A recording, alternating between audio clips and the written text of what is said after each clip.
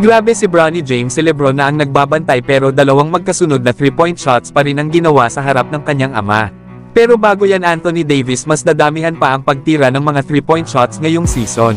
Naayon pa kay Davis na marami nga daw ang shooting na ginagawa niya sa 3-pointer sa kanilang practice. Na sinabi nga din daw ni JJ Redick na mas gusto nito ang tumira pa siya ng marami sa actual games. Lalo at sa naging laban nila sa Phoenix Suns ay tumira ito ng 9 3-point shots at 4 nga dito ang pumasok. Kaya naman lahat daw ng kanyang mga kasama, especially na daw si D'Angelo Russell, Austin Reeves at LeBron James, ay kinukumbinsi daw ito na mas tumira pa ng marami.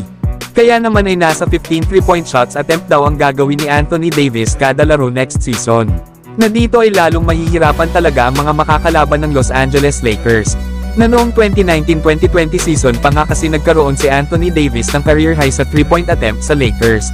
Na kung saan ay meron itong 3.5 threes per game sa kanyang unang season sa Lakers. Pero last season ay bumagsak ito sa 1.4 attempts na may shooting na 27%. Kaya yung sinasabi ni Davis na gagawa siya ng 15 3-pointers per game ngayong season ay pabiro lang naman ito sa nasabing big man. Na ang pinaka-possible talaga niya na maging 3-point attempts per game ay nasa 5 to 6 3-pointers. Ang maganda pa kay Anthony Davis ay gumaganda na ang kanyang health condition. Lalo at last season ay nagkaroon ito ng 76 games appearance. At ngayon sa preseason ng Los Angeles Lakers ay maganda ang ipinakitang performance ni Davis. Pero last season ay impressive din ang naging performance niya sa kanilang kupunan.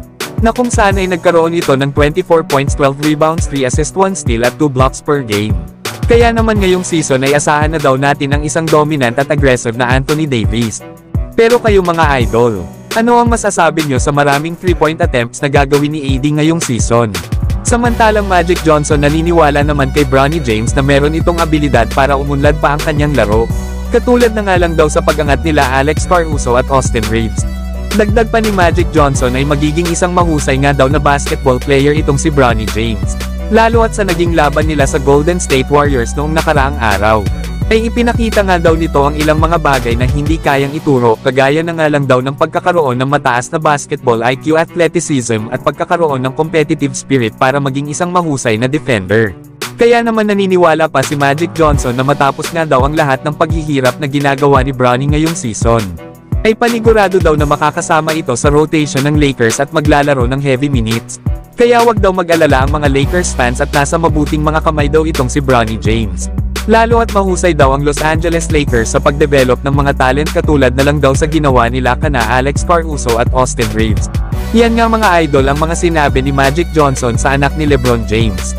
Lalo at sa huli kasing naging laro ng Lakers sa preseason laban sa Golden State Warriors, ay nakagawa lang naman si Bronny James ng 17 points, 4 rebounds, 3 steals at 1 block. Na meron naman itong 7 out of 17 shooting sa field. Kaya ito ang best performance ni Bronny sa preseason. Na overall ay nag-average ito ng 4 points at 1 rebound per game.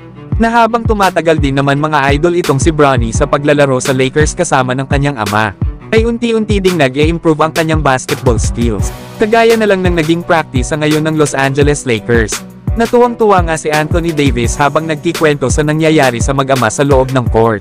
Ayon pa kay Anthony Davis, matapos nga daw natirahan ni Bronny ang kanyang ama ng isang 3-point shot, ay napasabi daw si LeBron James na nakalimutan niya nga daw ang kanyang sarili kung sino siya, kaya kailangan nga daw niyang i-bully ang kanyang anak na si Bronny.